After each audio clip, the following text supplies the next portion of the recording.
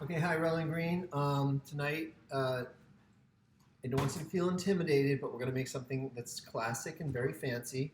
It's called beef Wellington, and it's not as crazy as you think. So, first of all, I'm going to show you what we're going to use as far as food products.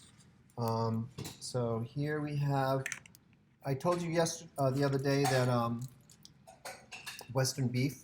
This Western beef, this filet mignon, I have a filet mignon. It's a whole piece. I'm going to show you how to break it down. It's really easy. It only costs $32 for this whole thing, and I'm not even going to use this whole thing. I'm only going to use like a portion of it for dinner tonight. All right, and I'm feeding 6 people. So we have that.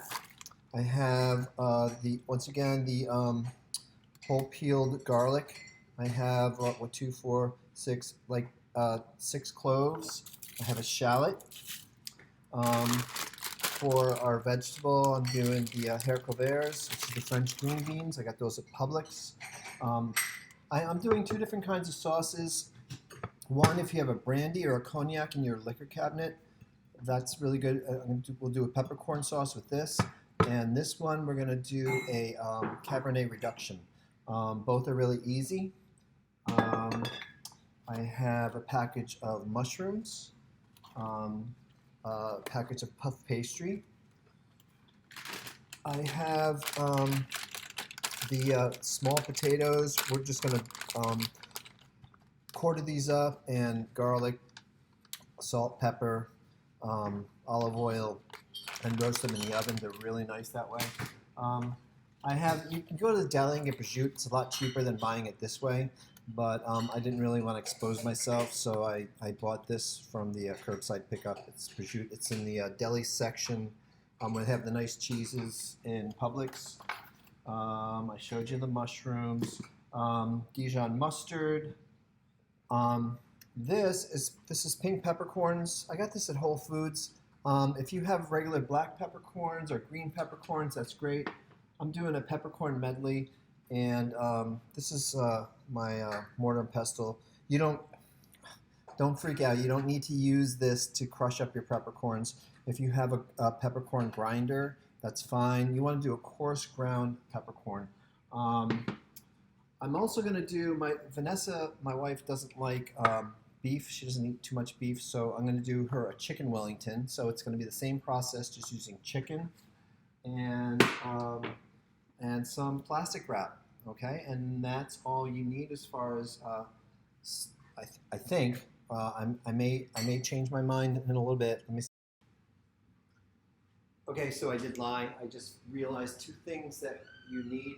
If you're going to do the peppercorn sauce instead of the Cabernet sauce, you'll need some butter, some flour, and some either beef stock or beef base, beef bouillon, to make your brown sauce.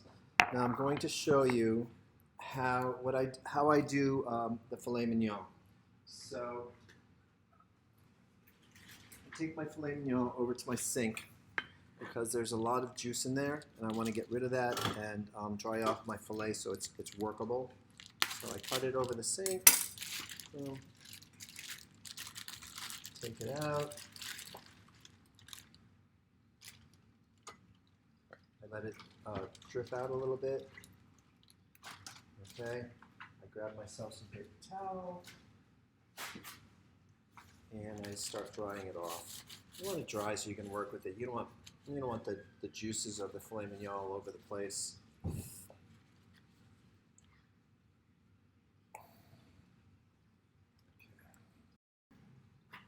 Okay, so this is like the a very intimidating part where you get this filet mignon and you're like, how do I break this thing down?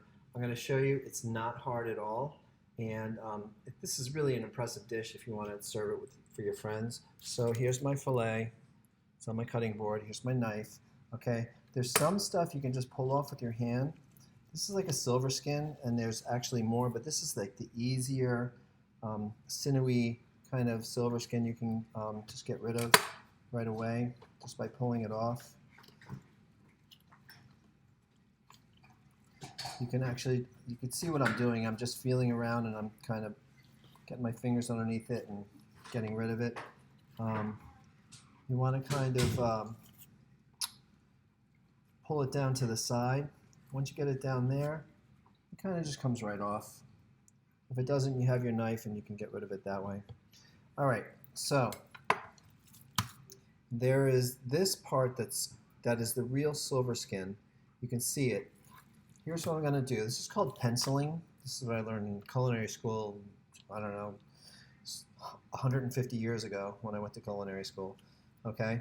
And you just want to kind of take your knife and go back and forth like this and get underneath it. You kind of want to get underneath as much as you can.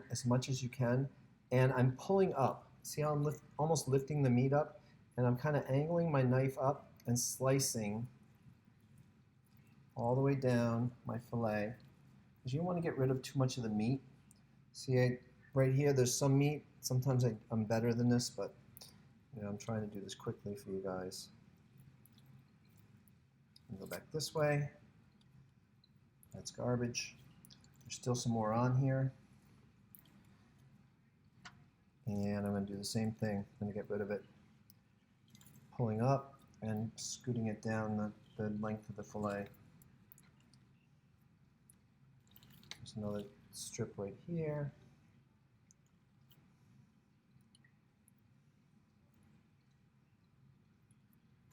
Okay. And in between here, there's some fat. You can see it right there. Right in here, there's like there's this whole length of fillet right here, and there's the top part, and you can still see some more. Any of this silver skin you can get rid of, the better. And in between the two, this is called the head, and that's the tail. In between the head of the fillet, you want to try and get rid of as much of the fat as you can. So I'm just like pulling it up and like scooting it off. Now that I have all this done, I'm going to flip this over. And on the back side, this looks pretty good. Sometimes, like right here, see how this lifts up a little bit and this lifts up? There's some fat there. You take your knife and you just scrape down this, and it pulls the fat right off for you. Okay? Now, like I said, this is a meal that you can make and you have so much left over. I'm gonna take like this much right here. And that is way more than what I need tonight. I think like four of us might eat this, maybe even less. If you see any more fat on here, you want to take it off too. But this is actually a filet mignon. This is when you go and you want a filet mignon, this is what they give you. This is a true filet mignon. The tail is what you get like filet mignon tips out of. This too. This is it's still really good meat. But this I'm going to cryovac and put in the freezer and use for another time. And I have this whole thing for tonight. So you'll see what I'm going to do in a few minutes. Okay, so the mushrooms, it's just a small, it was a small container. It wasn't the bigger container. And I've cleaned them all. When I was going to college and my first year in college, I took the mushrooms and I put them in a sink and I washed them off. And my chef teacher was so mad at me because they get really damaged when you get them soaked with water. So all you do is you take a paper towel and you just wipe them off like this. And I've already done that to all these. I'm going to put these in here in the Cuisinart. This is special equipment you have. If you don't have it, it's okay. Not a big deal. You can chop them up by hand. Just chop them really small. I'm going to take the shallot. I'm going to use half of it for this mixture. Actually, let me do this. Let me pulse these first. I don't have my oven on yet because I don't need it for a while.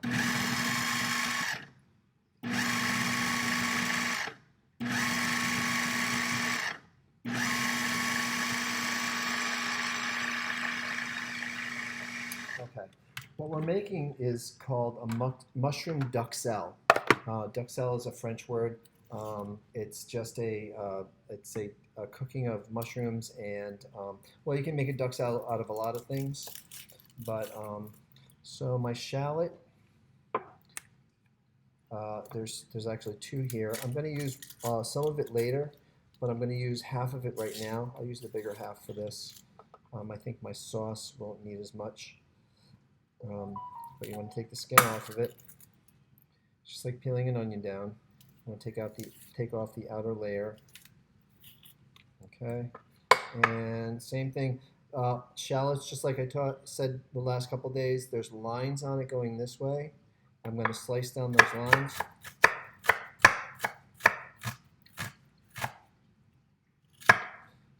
Oops. And then slice through it once, possibly twice, and then it becomes very minced. This is like minced shallots. That's what I want.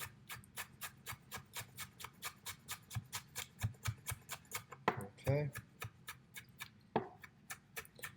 I'm going to take, I'll use 2 of my cloves of garlic right now for this, for the duxelle. Smash.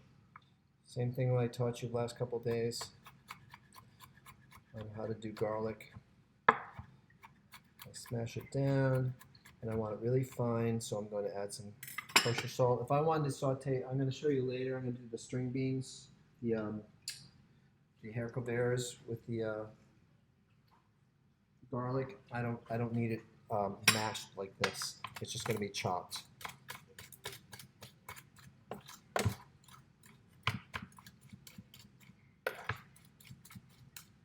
That salt is an abrasive, and it helps break the garlic down into small little, it's like a paste almost. Okay, you can see right there, it's a nice paste. It's going to be sauteed up really nicely. Okay. I have my pan on like number 7 on my stove. I'm going to put in a tablespoon of butter, a little bit of olive oil, and first I'm going to cook off my shallots and my garlic. So they both go on at the same time. I want to brown this up just a little bit.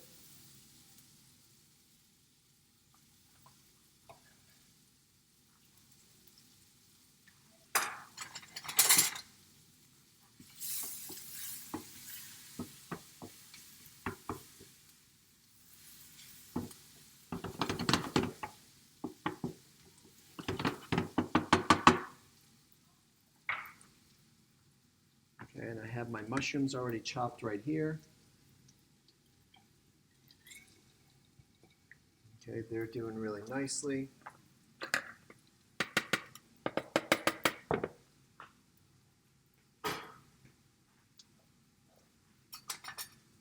And now that these have sweated and starting to turn a little bit brown, the flavor's coming out. It's kind of all getting infused together. I can smell it. It smells really good. Now I'm going to add my mushrooms. Okay.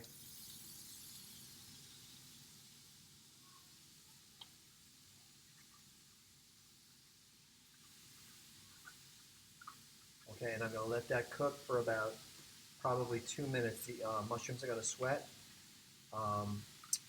Mushrooms are mostly water, so you want to try and get a lot of the water out of here, but you want it to get the flavor of the garlic and the shallots. I'm going to sprinkle just a little bit of salt. This is kosher sea salt. And a little bit of regular, this is like a pepper melange. You can just use black pepper if you want. A couple of pinches. And we're going to let that go for about 2 minutes.